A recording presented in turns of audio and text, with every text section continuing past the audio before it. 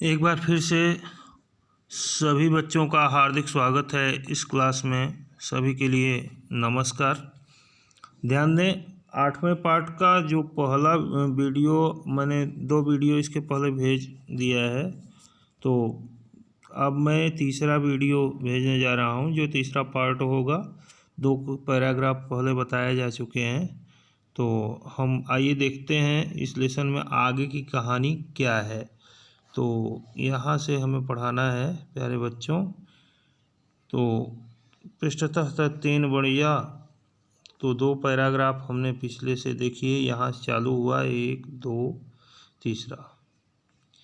वो नदी में स्नान करने जाता है और वहाँ से क्या करता है, पृष्ठतः 3 बढ़िया, वहाँ उसके बच्चे को एक गुफा में छिपा कर चला आता है। इतना तक हम पढ़ा चुके थे, तो आगे बढ़ेंगे। पृष्ठतश्च तेन वणिया भो अभ्यागत कथताम कुत्र में शिशु त्वया सह नदीम गतः।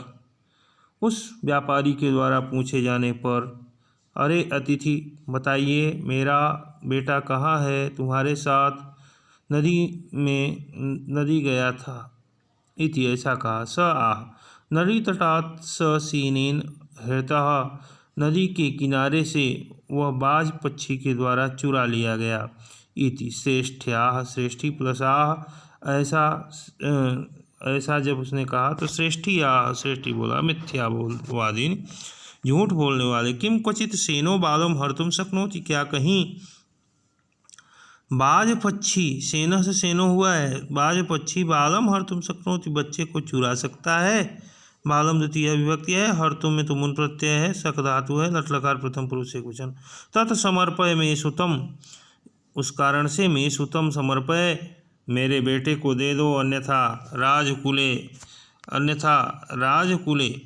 नहीं तो राजा के यहाँ निवेदयिष्यामि, मुकदमा कर दूंगा। इति स आह, वह बोला, भो सत्यवादीन, अरे सच बोलने वाले, यथा सेनो बालम न नयति, जैसे बाज पक्षी लड़के को नहीं ले जाता है, तथा मूषका अपि लौह घटिताम तुलाम न बच्छयन्ति, उसी तरह से चूहे भी लोहे से बनाई गई तराजू को नहीं खाते हैं। तद अर्पय में तुलाम, इसलिए मेरी तराजू दे दो। अर्पय में यहाँ लोट लकार है, मध्यम पुरुष एकवचन, तुलाम षष्ठी विभक्ति बहुवचन, तो यहाँ पर द्वितीय विभक्ति एकवचन तुलाम। यदि दारकेण प्रयोजनम, यदि बच्चे से आपका मतलब है तो मेरी तराजू दे दो।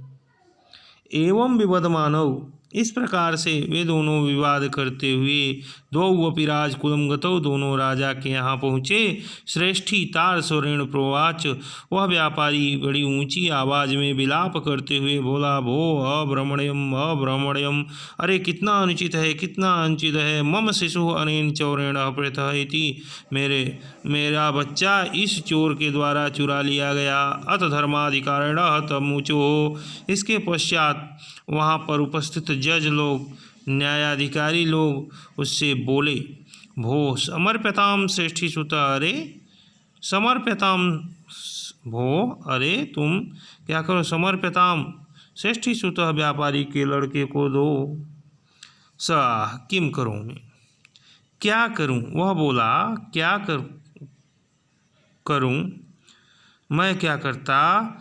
पश्यतो में नदी तटाच्छेनेन अपहृतः शिशु, मेरे आँखों के देखते देखते, पश्यतः पश्यन पश्यन्तौ पश्यन्तः, पश्यतम पश्यतौ पश्यतः, मेरे आँखों के सामने, में पश्यतः मेरे द्वारा देखते हुए, मेरे आँखों के सामने ही, में नौनः नदी तटात् सेनेन अपहृतः, नदी तटात् प्लस सेनेन अपहृतः, नदी के किनारे से वह बच्चा बाज के द्वारा चुरा लिया गया। इति तत् श्रुत्वा, ऐसा सुनकर के ते प्रोचो, वे बोले, भो न सत्यम अभिहितम भवता, आपके द्वारा, भवता भवद्भ्याम भवद्भिः, भवता तृतीया विभक्ति एकवचन में भवत शब्द का रूप है।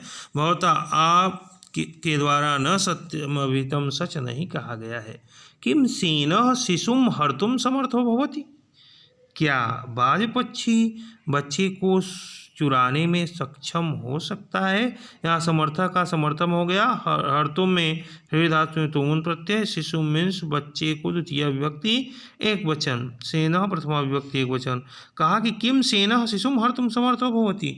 तो उन्होंने कहा कि क्या बाज बच्चे को चुराने में समर्थ हो सकता है?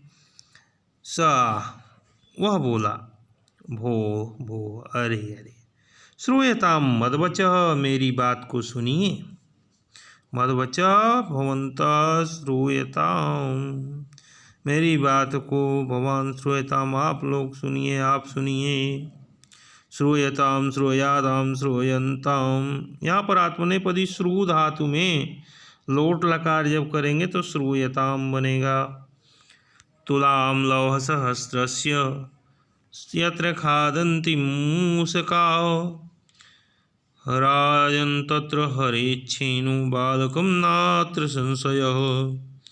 कहा यत्र लौह सहस्रस्य तुलां मूषकाः खादन्ति, जहाँ पर लोहे से, सहस्र का मतलब घटिता से है, यहाँ लोहे से बनाई गई तराजू को चूहे खा जाते हैं। तत्र वहाँ राजन, हे राजन, सेना बालकम हरेत न अत्र संशय, वहाँ पर बाज पक्षी बच्चे को चुरा सकता है, इसमें कोई शंका करने वाली बात नहीं है। ते प्रोचो कथम एतत्, उन्होंने कहा यह कैसी बात है।